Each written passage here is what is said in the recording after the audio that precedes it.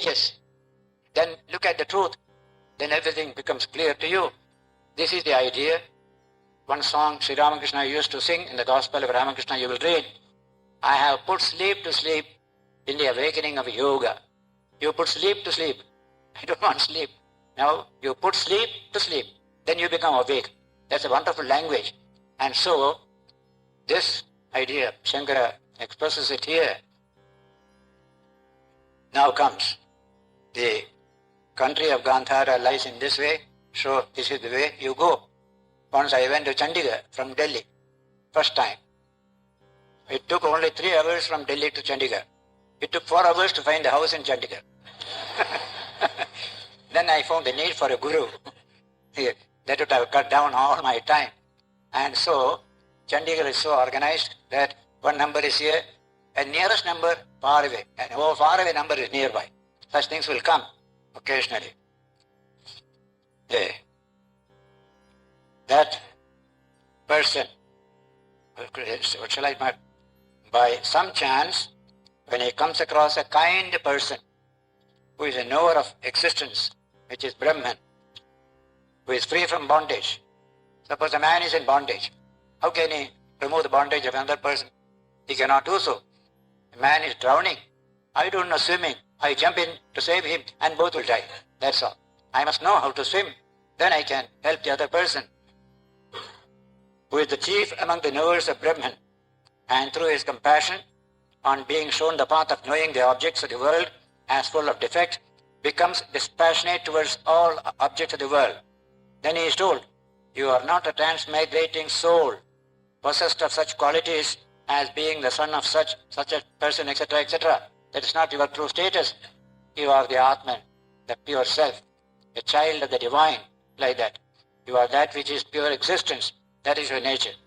Owing to the removal of bondage of ignorance, in this way, he becomes freed, like the man of Gandhara. Attaining his own self, which is existence, he becomes happy and peaceful.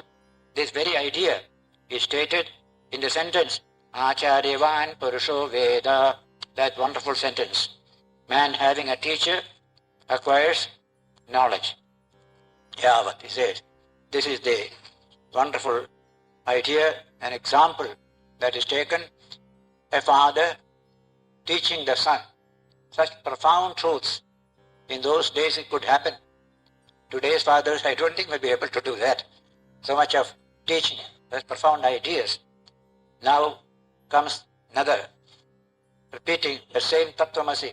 Sayesho anima, aidadatmidam sarvam, tat satyam, sa atma, Tattvamasi shvetaketo iti. To again, Bhuya ebama, Bhagavan, I say, Vijñāpayatviti. Teach me still further. I am not satisfied. I am not satisfied. Like that. So, father said, okay, now comes another interesting example. Purusham somya, he said, Eto patapinam, jnataya, patyupasate, janasi mam iti, tasya tavanna vang manasi sampadyate, mana pranas tejasi, teja parasyam devatayam, tavat janati. Now you see, a dying scene at home. Our uncle, our father, mother, anybody, somebody is about to die. Relatives sit around an ailing person saying, do you recognize me? Do you recognize me? He recognizes so long as his speech does not become merged in the mind. When the speech is merged in the mind, then speech is gone. No more speaking is possible. Then similarly, mind is merged in the prana, the vital force. Vital force in the warmth, and warmth into the supreme deity. These are the various stages of involution. That is evolution, this is involution. The effect is going to the cause. Cause is going to its own cause. Until the final cause it reaches. That is how involution takes place. Birth takes place the opposite way. Death takes place the opposite way. This is what you can see. That I have seen when you sit near, the life forces are slowly ebbing away. Everything getting dissolved as it were. Finally the whole thing is gone. Body lies dead. He is going to say that here. Atha Yadasya vang manasa sampadyate mana prane prana tejasi teja parasyam devatayam atana jnanati. Then when a speech merges into the mind into the vital force into that heat, warmth in the Supreme Deity, he ceases to recognize. This is not over. The example has to be continued. Sayesho anima. Here is that subtle essence. Ultimately, the whole thing merges into that from which the whole thing has come. That is the last state. The gross merges in the subtle in the still more subtle. In this way it goes on. Ultimately, the subtlest reality is the Sat, absolute Brahman, pure consciousness. Sayesho anima, aitadatmimidam sarvam, tat satyam, sa atma, tattvamasi shvetaketu iti. Whoever, the boy Shvetaketu, is a voracious eater of truth and ideas. He is not satisfied. Please continue, please continue. Most of us would say, stop this nonsense. You've got better things to do. Here's something profound. Only a very sensitive person can continue this kind of thing. Man of ignorance, man of knowledge. These two things you can see here. Now, the next section we shall take next Sunday. The same thing is continuing between the Father and the Son for a little while more. And similar examples also come to illustrate the truth. The truth is Tattvamasi, that pure existence, Brahman, from which the universe evolved and you and I came into existence finally. We belong to that. We are one with that. And in the case of the human being, he or she can experience that primary cause. Because at the back of our own consciousness is that infinite consciousness of Brahman. No animal, no tree, the earth and the external world cannot realize that Brahman, but a human being can.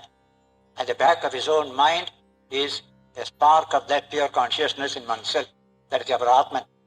So the teacher said, Tattvamasi, you, this little one here, is really that. That is your true nature. And so you can realize it. Realize the source of the universe. Imagine what a tremendous achievement it is.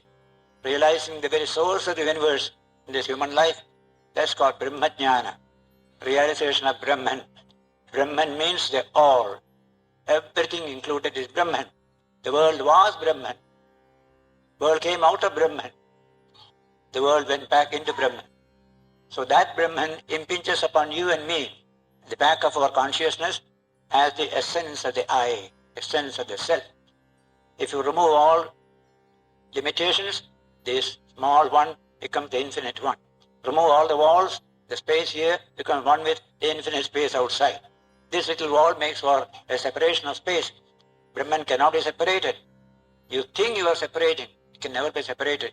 That is one of the profoundest truths which Vedanta declared ages ago, which today nuclear scientists are emphasizing from their point of view, and that is consciousness cannot be divided. It is always one and non-dual. There is nothing that can divide consciousness. And we take the example of space. Space cannot be divided. You divide it, it's only an apparent division. That's all. The space inside, space outside, space in between. Even the wall also inside is all space. Space cannot be divided. Consciousness also cannot be divided. And scientists today assert this idea. Consciousness is a singular, of which the plural is unknown in the language. You cannot divide consciousness. You can divide matter from molecule to atom, atom to fine particles, particles to finer particles. We are going on. All that you can do with matter. But when you come to consciousness, nothing to divide. What is that which can divide consciousness by which you do the division itself? With consciousness does the division. How can you divide itself? It cannot do so. And so our people were taught this great idea. The one, infinite one, is one and not two. Ekameva advitiyam. No second. Brahman is one and no second. And we are that Brahman. This human body has that subtlety to realize this truth. When the outgoing mind is controlled and turned inward, then this will happen. That is the uniqueness of the human being, the supreme uniqueness. Many other aspects of uniqueness are there, but the supreme uniqueness is this, and that has been said in a great verse in the Srimad Bhagavatam. A remarkable verse it is. Bhagavata says, the Supreme Being, having evolved the whole universe and formed himself into animals, plants, trees, this and that, so many things are mentioned there. Srishtva Purana Vivekananda Atma Shaktiya, by his own infinite energy and power, Atma Shaktiya, Aja, unborn, Atma Shakti, Srishtva Purani, creating so many bodies, like cities. Body is compared to a city. This body, in the Gita also you will find, Puram, Ekadashadvaram, this body has 11 gates. So also as a city, 11 gates. So, Srishtva Purani, Vividhani, various types of bodies. Nijad Atma Shaktiya, through his own inherent power. He didn't have to depend upon anything else for it. To make all these bodies, the universe, the stars, and the earth, planets, human beings, reptiles, he takes so many examples there. Pashun, Rukshan, Pashun, Cyrus, Tamsa, that which is biting ones, and that is creeping in the earth, all this having Matsyan, etc. Saistaihi Atushta Hridayaha. Brahman was not happy with all these protections. He has created so many bodies, he was not happy, because not in one of them he can rediscover himself. He wanted to create a body in which he can rediscover himself. So he tried once again, and then formed the human body. As soon as he formed the human body, Maniyam Mithaya, having formed the human body, Mudamapa Devaha, Deva was immensely happy. Why? In this body, I can rediscover myself. In no other body, I can rediscover myself. So, Brahma Avaloka Dishanam. This human body is Brahma Avaloka Dishanam, with the capacity to realize Brahman. Is this human body. What a wonderful statement. And what uniqueness of man comes there. Brahma Avaloka Dishanam, Mudamapa Devaha. Even in a physical science, you can see that a human being, as a physicist, can understand this physical world. Can any other species understand the world? Only the human being can understand the world. But Vedanta says something more. He can understand the world, can understand the infinite one hidden within himself. What he can do. This is the supreme uniqueness. So that wonderful phrase, Brahma Avaloka Dhishanam. Dhishanam means the tremendous capacity. Mental capacity is there. For what? Brahma Avalokanam. Seeing Brahman, realizing Brahman within oneself. Mudamapa Devaha. Deva was happy. I can rediscover myself in this human form. That is the nature of the human product of creation. All other products are absolutely difficult for Brahman to discover himself in them. That is why the Maya covers the body of such people, such insects, such animals, etc. Cannot break that Maya. Maya covers us also, human beings also. But we can break through. We have the power to break through this Maya and rediscover our own infinite dimension. This is the idea that is stressed in Vedanta, and the message to every human being. Realize this special quality of yours, this special possibility of yours, this possibility. We use the word today for education, how to bring out the human potential. The supreme potential is here. You can realize that from which the whole world has come. That is the human potential in its supreme form. Brahma Avaloka Dhishanam. And so we stop here and meet next Sunday as usual to continue this remarkable dialogue between father and son or teacher and disciple. Next Sunday. Today we shall continue the Chandogya Upanishad But we have a distinguished guest among us, about whom I announced last Sunday, Swami Bhavyananda, in charge of Ramakrishna Vedanta Society in England, near London. He has been there for the last 23 years. He was in Karachi, Shillong, he was in Vrindavan, worked in various capacities, especially running the beautiful dispensary in Shillong, coming in touch with our army officers, addressing them, the northeast area at that time. He happens to visit India after a few years, and we were together in Bangalore last 4 or 5 days, and came together, he with some friends from London. So he will be speaking after I finish the portion of the Chandogya Upanishad for about 25. But we have got one more item. Last minute it has come, but a welcome item, to release a new edition of the Gita just now at the end of the meeting at about 7 o'clock. So a beautiful occasion we are having this evening. I shall continue the Chandogya Upanishad. Today we will be finishing the 6th chapter of Chandogya, famous for its great pronouncement of truth about the human being. Tattvamasi, Tattvamasi. You are not this tiny little body. You are infinite. That is your true nature, the depth dimension of your personality. That was expounded by the Father to the Son. Son is in a series of discourses which we studied during the last few Sundays. That subject continues. Here, section 16, that is Chandogya Upanishad 16, number 1, verse 1. There was a type of trial by ordeal in Europe and in India, in old countries, olden days. If you have stolen anything, they bring a hot axe, you touch it with your hand. If you have not stolen, you won't be burnt. If you have stolen, you will be burnt.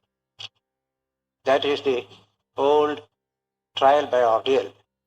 In those days it was okay, but later on it was removed as rather barbarous. But once profound truth comes out, when you have deep faith in your truthfulness, fire ceases to be fire.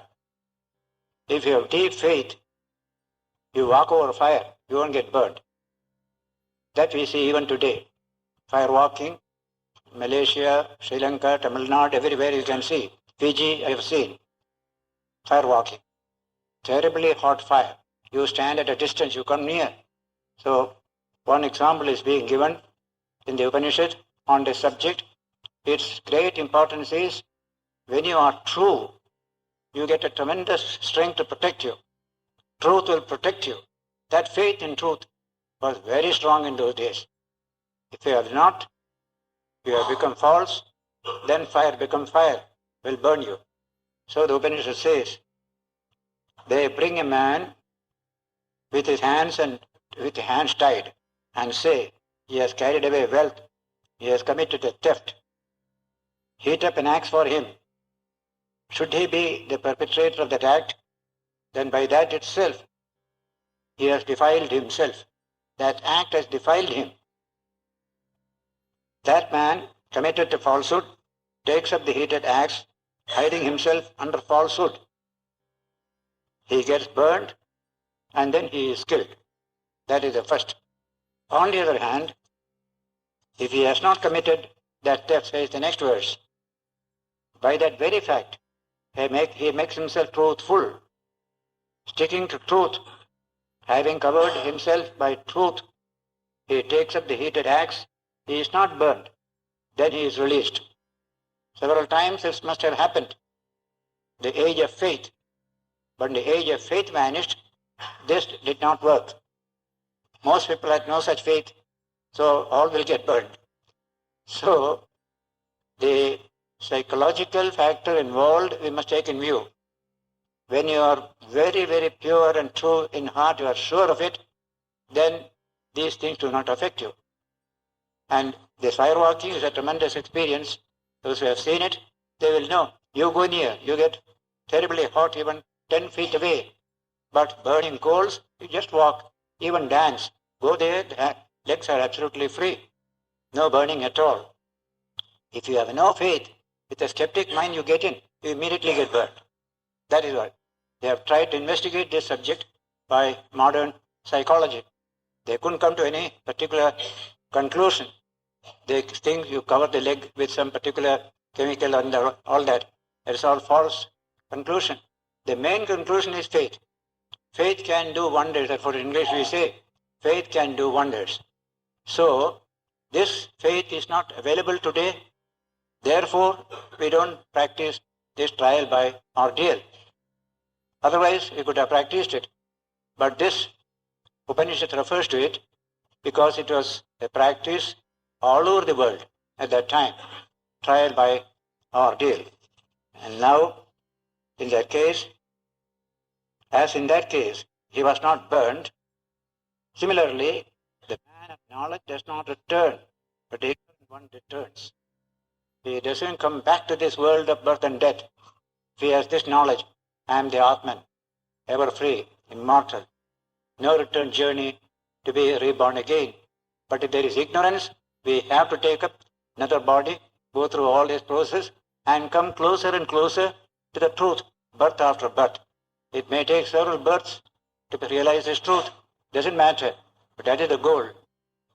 Aneka janma samsiddha tato yati param gatim, the Gita said. Getting perfected, life after many lives, a person attains perfection. This is the Indian view, Indian point of view. In this way, this Upanishad, in the 6th chapter, has declared the great truth. Behind the body-mind complex is an infinite dimension. That is our true self. The self that now functions is only an external facade of that self and controlled by the genetic system. That's why we are little, petty-minded, quarreling, violent, etc., etc. When we know our true nature, we are one with all, then none of these things will happen. So this Upanishad gives you how to introduce values into human society, less of crime, less of peacelessness and tension, by showing that everyone know his true nature. He is infinite in dimension. He cannot equate himself with the little body which he has. This is the genetic apparatus to manifest your ideas and to work out your karma in this world. But you are not the body. The first lesson we have to learn in spiritual life is that we are not the body. We have a body. We are in a body.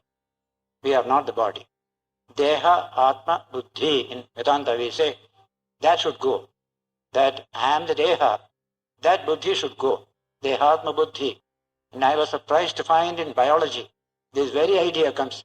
So long as you are genetically limited, your actions are all selfish, all committed to your own welfare, you won't care for others.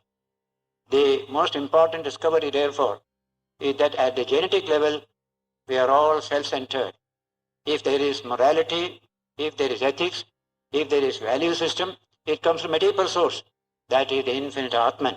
From there only the concept of values, of dharma, of compassion, service, all come from the deeper source.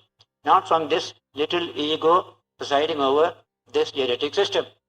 So I quoted here, as well as in Bangalore also, the famous book on this gene. Selfish Gene is the title by Dawkins. He says, this gene is always selfish. So don't depend upon the body to bring values for you. You must go beyond the body consciousness. Then only value system will come. If the body consciousness controls you, then there will be no value system at all. Today in India, we are too much controlled by the body system. The genetic control of the human mind is maximum in India today. That's why there is no value, no kind of morality. People are corrupt, people are evil, lot of crime. All this today is condemned by not only Vedanta, modern biology, the higher reaches of biological thought, where you will find the philosophy of human life discussed in the light of biology.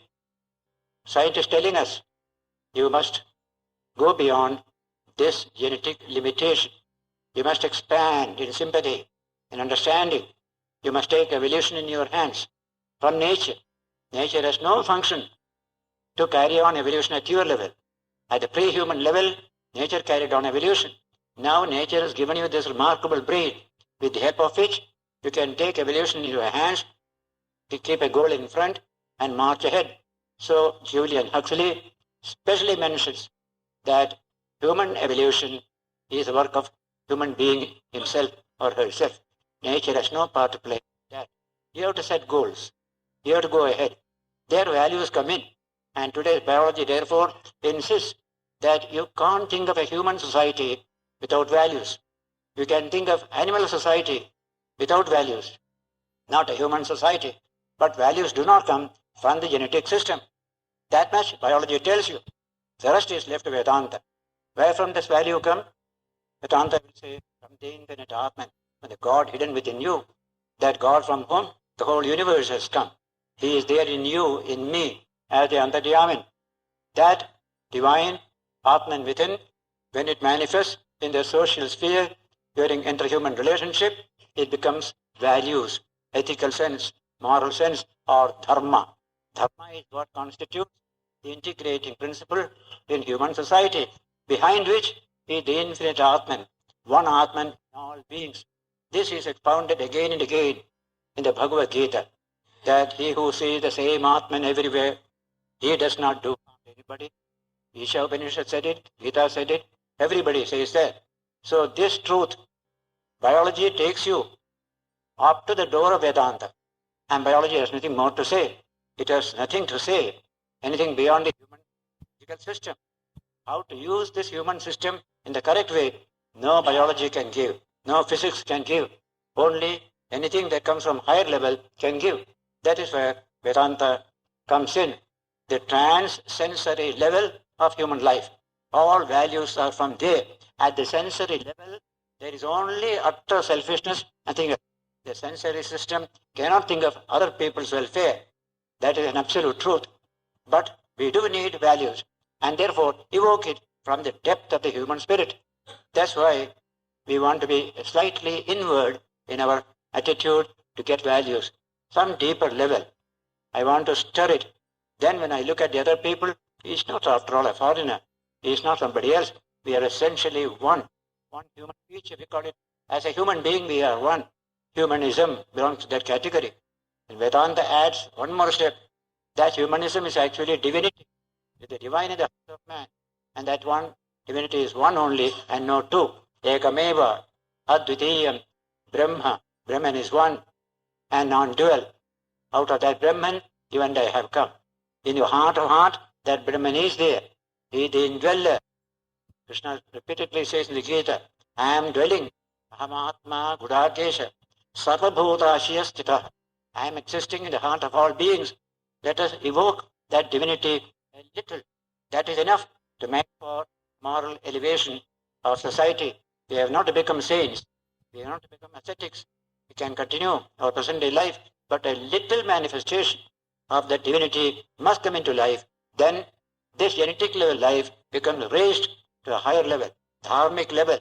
That is the effort that is being made all over the world. Everywhere this problem of values, not only here, but we have got the remedy. We have the philosophy. We have not used it. That is all. That is something else surprising. The whole of India has the Gita, Upanishads, so many beautiful teachings of Buddha, Sri Ramakrishna today, and we are the poorest in moral values today. All sorts of immoralities we have in India.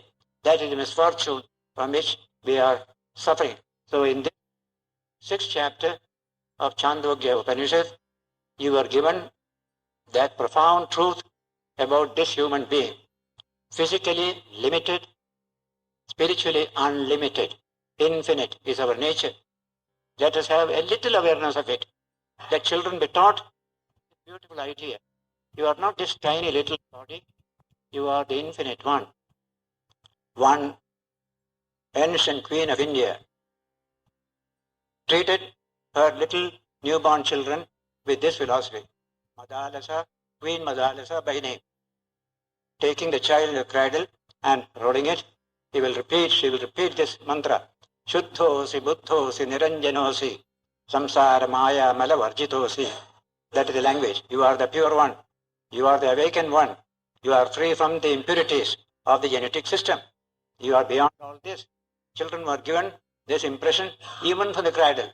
This is a great teaching that will have to spread all over the world because it is a truth. It's not a dogma of a church or a temple or anything. It is a truth which has been realized by many people, which all can realize because it's the truth about you and me. That's why Tattvamasi appeals to some of the most outstanding nuclear scientists today. It's a truth about the human being. Schrodinger repeats it. Several others also repeat it. Haldane repeated it. And so we completed this sixth chapter, famous for this one single episode of the father instructing the son. First sent him to school, Gurukula. He returned after 12 years. Father asked him, did you ask your teacher about that subject by which the unknown becomes known, the unseen becomes seen? This kind of question. What is that subject, sir? I don't think our teachers knew it. If they had known it, they would have taught me. So afraid of being sent back to the teachers, the boy said, you teach it to me myself. I'll be your student. Sit down, father said. Then came this wonderful dialogue. Father teaching the son, one after the other. So many examples, illustrations are taken. And finally comes this profound truth. Aidadatmimidam sarvam, tat satyam, sa atma, tattvamasi shvetaketu. That nothingness which you see in a seed. You cut a seed, you find small grains. Cut one of those grains, what do you find? Nothing. That nothing is everything. There's a language. That nothing is really everything. That is the real self. And you are also that very infinite self. What a wonderful statement. Any nuclear scientist can appreciate this particular statement wonderfully well. In Kapra's book, Tao of Physics, the vacuum is not empty. It is full, the language. Whenever you see vacuum, there is no vacuum. It is full. Only thing is you can't see with the senses. It is so subtle. That's the language used here. Aidadatmim idam sarvam. The whole universe has that for the Atman, for the self. Tat satyam, that's the truth. Sa Atma, that is the Atman. And Tattvamasi, you are that. You are that. Shvetaketu. What a clear, unequivocal presentation of a profound truth. That is the importance of the sixth chapter. And two more chapters are there. The Chandogya Upanishad. Each one of them of great significance for human beings today. The seventh chapter, to which we shall enter next week when we meet here, deals with a conversation between Narada, a seeker of truth, and Sanat Kumara, man of spiritual realization. Just like a Narendra going to Ramakrishna and Dakshineshwar. Here you find Narada going to Sanat Kumara. And the whole teaching is of 100% relevance to modern humanity. Then comes the 8th chapter. Two students go to Prajapati to learn Brahman and Indra as well as Virochana. The Asuras and the Devas, their God, And there, the Asura learns only the genetic system as Brahman. And he cannot go further. His mind is completely controlled by this body and genetic system. And he remains in ignorance. And all the evils that come from ignorance. Indra had better mind, better seeking attitude. He stops at every step, asks further questions, then he goes deeper and deeper and deeper, finally comes to the true self in the human being, and he becomes free. This question is of importance today. Materialism at the crudest level, represented by the spirituality of the highest level, same Atma in every being, universal compassion, all that come from that second step, which you find taken by Indra. So these two chapters we shall take up next Sunday when we meet here. Today we completed the study of chapter 6 of the Chandogya Upanishad, of which the most important teaching was repeated several times in the course of the chapter. Tattvamasi, Tattvamasi. You are that. You are that. You are not this little self controlled by the body-mind complex, going about here and there, seeking satisfactions, being empty within. This is what we take ourselves to be normally. And the Upanishad says, no, that's not your true form. You are that infinite one, ever pure, ever free, ever enlightened. That is your true nature. Try to realize it. So the Tattvamasi, its importance is heightened by the number of repetitions that you heard in the 6th chapter. Every section deals with it. Finally, Tattvamasi, Tattvamasi, Tattvamasi. If that is the truth, then we have to search for it, for fulfillment, for real peace. We get education, we acquire knowledge, we get power, we do all these things. We conquer the world outside. Yet, this hunger for the spirit will remain, the spiritual hunger. What is my own nature? I must know it. I must know it. Now, present-day world, especially in the West, and increasingly also in our own country, we are in a situation where we are conquering the world outside, increasing our knowledge, power, capacity for pleasure of the world, and slowly feeling something missing, something missing. In the West it is very strong. In India it will take some more time to realize that which is missing in human life. And therefore, when that missing link is felt, that we are missing it, there will be sorrow, there will be tension, there will be unfulfillment. In spite of wealth, in spite of knowledge, in spite of power, we are exactly seeing it in the West. And it is going to come to our own country today. Today we are absolutely carefree. Get plunged into the world, make money, try to what? Get knowledge to make money by any means possible. That is our tendency today, rushing headlong into this world of objects, forgetting one's own nature as eternal subject, ever free, not a slave of the object outside. And therefore, the 7th chapter begins to deal with this very phenomenon. It is amazing that 3,000 or 4,000 years ago, they thought of a situation like this happening now, that we have conquered the world, lost our own soul. That is the situation today. And the 7th chapter is so relevant to all humanity in East and West today. That is the importance of this. At the very commencement, subject is introduced exactly reflecting the current trends in human life, current problems in human society. Then through a series of steps, the chapter takes us to a very high level of that infinite, immortal nature of man, ever free. You become free in this very life in this very body. That is how the chapter ends. The ending is marvelous, beginning is marvelous.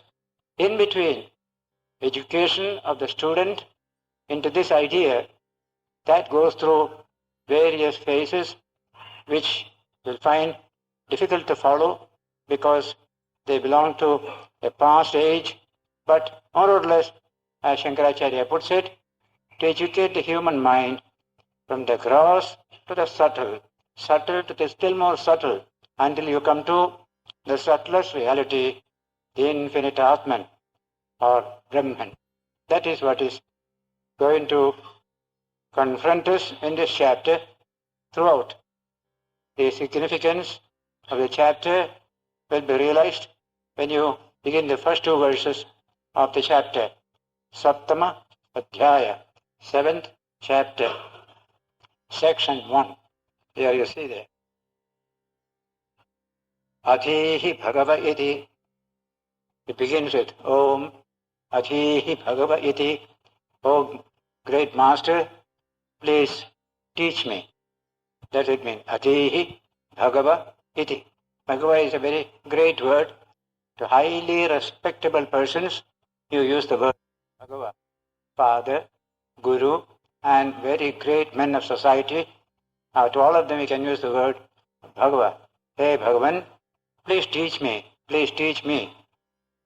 Iti, thus, upasasada, Sanat Kumaram, Narada.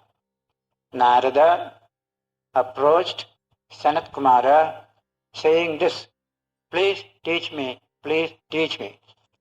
Sanat Kumara is a knower of Brahman, ever living in the awareness of the infinite nature.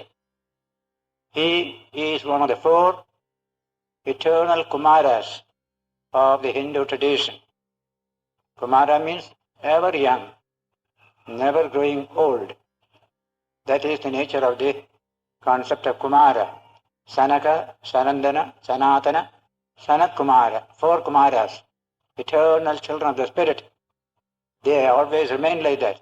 And Sanat Kumara is a special character who taught knowledge of Brahman here to Narada.